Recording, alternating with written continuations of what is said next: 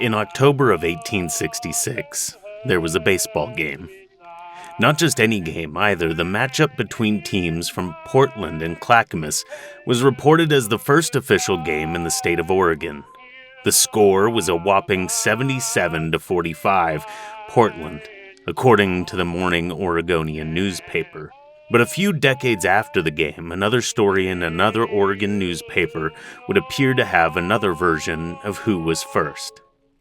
The headline on the August 1st, 1910 edition of the Mail Tribune read, "Original Fan Medford Man. Balance of the baseball enthusiasts must take a back seat for R. Stinnett, who organized first baseball team in Oregon." The short story reads thusly. R. Stinnett, a resident of Medford, claims with reason the distinction of being the original baseball fan of Oregon.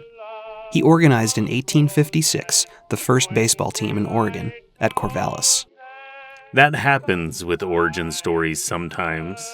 One is the loneliest and most sought-after number, and baseball is no exception whether it concerns the first game in Oregon or the game's founding period.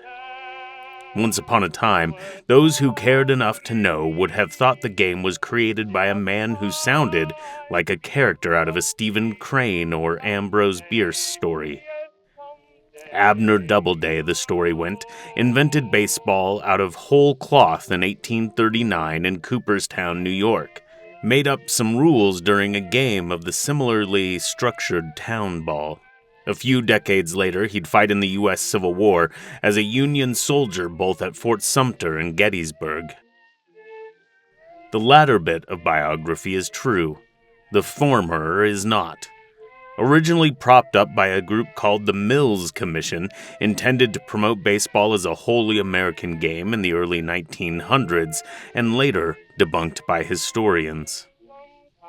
A monument to Doubleday acknowledges the original fiction, cheekily declaring Doubleday's other accomplishments include the belief that he devised baseball in Cooperstown, New York in 1839. There's a more concrete, though still somewhat murky, origin story. The rules of the game that paved the way for the modern iteration we enjoy today are an evolution of other similar games with names like stickball and roundball, set in the 1840s by the New York Knickerbocker Baseball Club. They were not the first baseball club, and other rule sets from previous clubs likely came before them, but their rules remain a significant milestone. While it appears that most of what we base their legacy upon is wrong, the Knickerbocker Club was no Abner Doubleday, writes baseball historian Jeff Kittle. They were one of the most important pioneer clubs in baseball history, and their rules helped shape the modern form of the game. Of this, there is no doubt. But the club and their rules do not deserve the place of primacy that has been given them by historians over the years. Certainly, the story doesn't claim Mr. Stinnett started the first official team 10 years before the 1866 Clackamas-Portland matchup, but it doesn't clarify or contextualize either. After the first two scant paragraphs, the remainder of the story is one long quote from Stinnett.